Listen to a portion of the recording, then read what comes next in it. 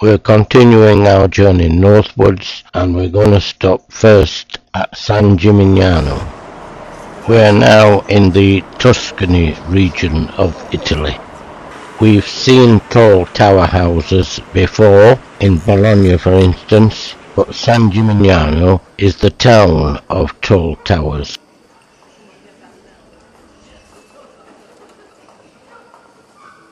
In the 13th and 14th centuries, San Gimignano was an independent city, but in 1353 became subject to Florence, and thereafter fell into economic decline.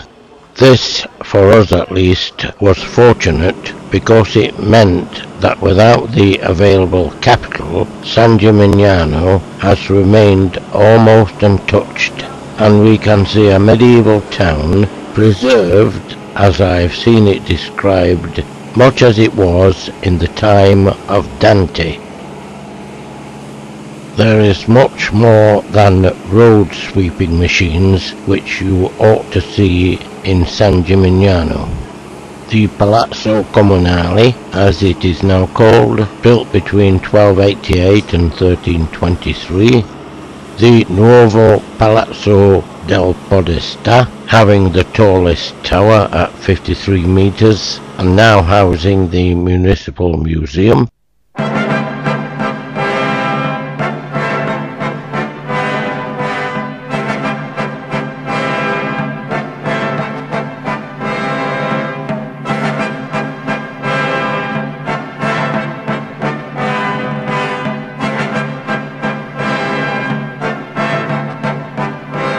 The cathedral, the Palazzo Antica del Podesta, and incidentally the taller of this building's two towers, the Torre del Orologio at 51 meters, marks the maximum height to which privately built towers can be built.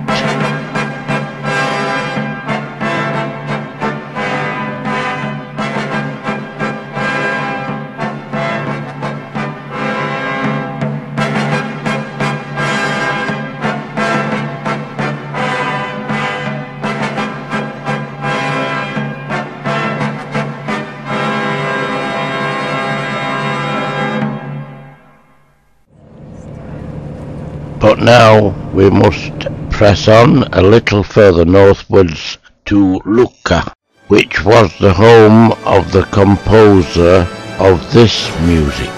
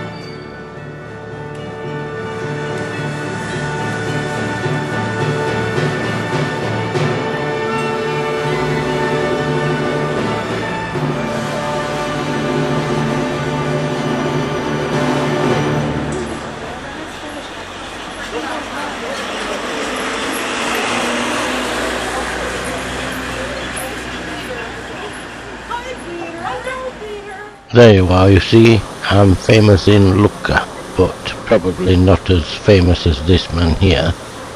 Puccini was a native of Lucca and composed the music we are listening to while looking at Lucca.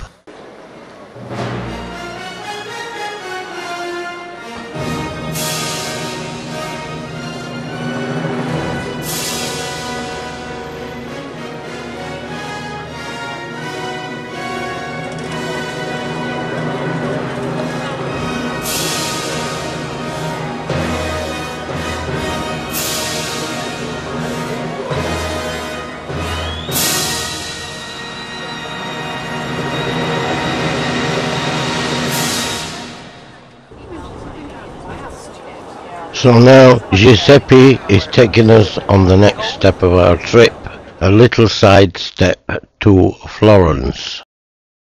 It is usually accepted that Florence is the birthplace of the Renaissance. Yes, but which Renaissance do you mean? Certainly the Renaissance which led directly to our modern age and way of looking at things began to emerge in the 14th century in Florence. But does it just mean a renewed interest in the writings, ideas and skills of classical or Roman and ancient Greek times? There are other Renaissances. In particular, we could mention the Renaissance, which flourished briefly in Charlemagne's time, and another we could mention in the 12th century. Right from the earliest days of mankind, what was truth and what was the correct thing to think and do was what the big chief said.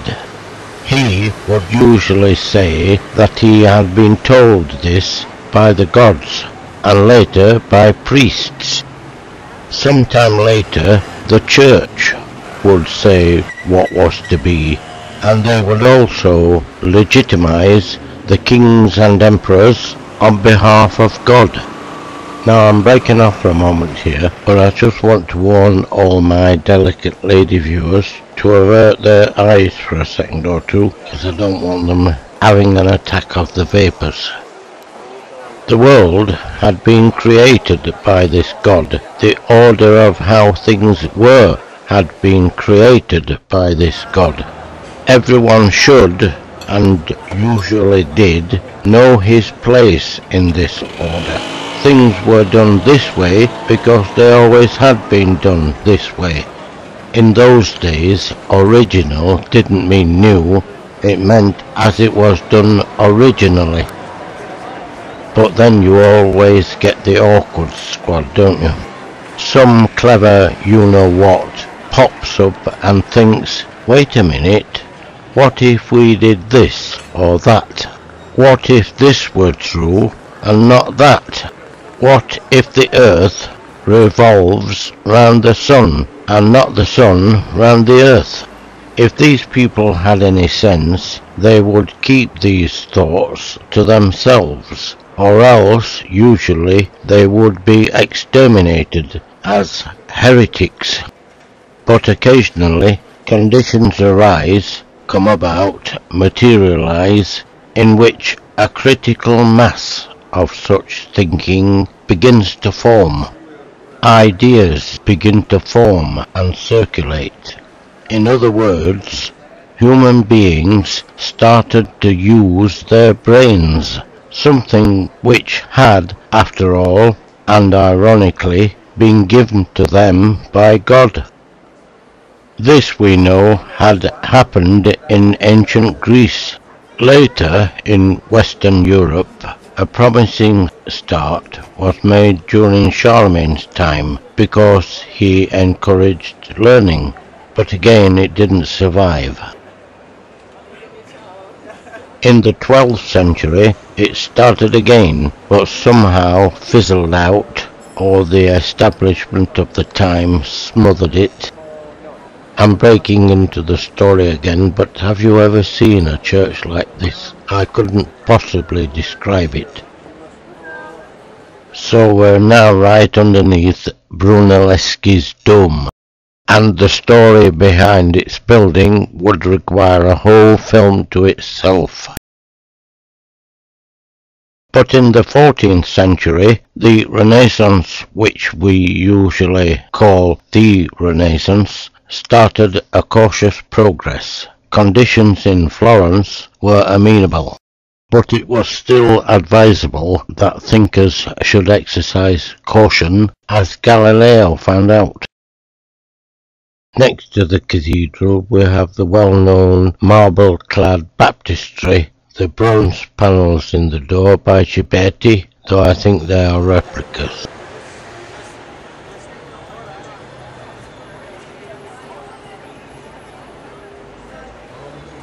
People also began to unearth the knowledge that had been used in ancient Greece.